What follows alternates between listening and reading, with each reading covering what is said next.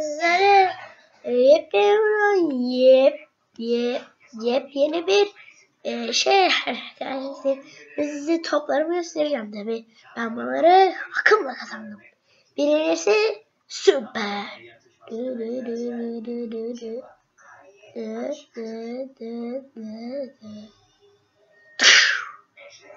Olmadı.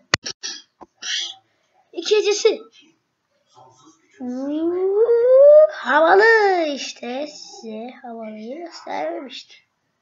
Havalı. Vur bakayım bir kafa. Neyse konuşmamıza bakayım. Dostum merhaba. Adın ne lan? Bana ne anlıyorsun lan? Sana bana ne lan? Lan deme lan. Lan ne? Lan sen de deme lan. Gidiyorum. Gitti sana işte.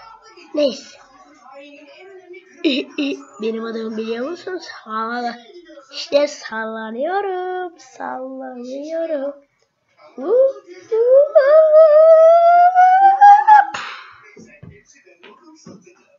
Havalı, iyi misin? Gitti işte. Süper. Ondan daha iyi görebilirim.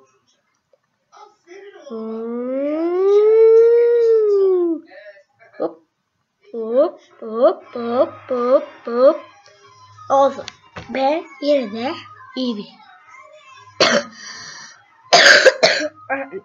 Ayşe hastayım da biraz, neyse.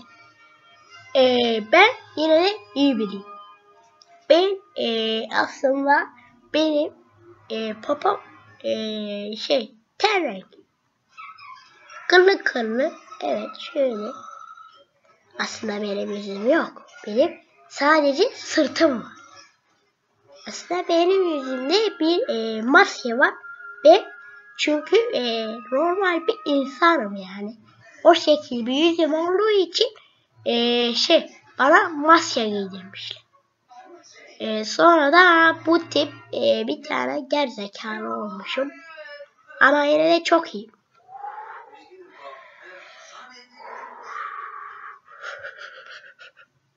Başım dönmedi. Sen içtin mi? Hayır, içmedim. Bence içmişsin. İçmedim.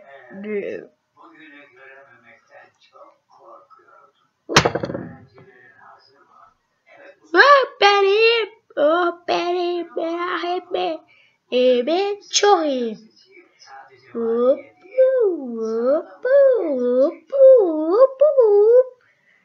Ben iyiyim. Sonuncu hareketimi ben yapmak istiyorum.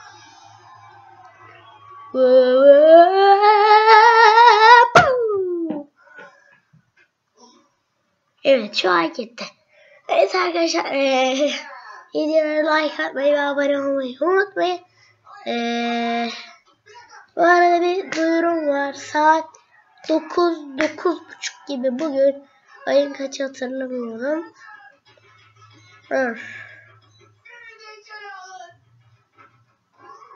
5.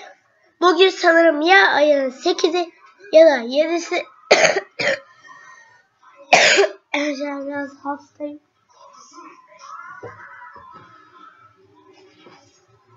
Neyse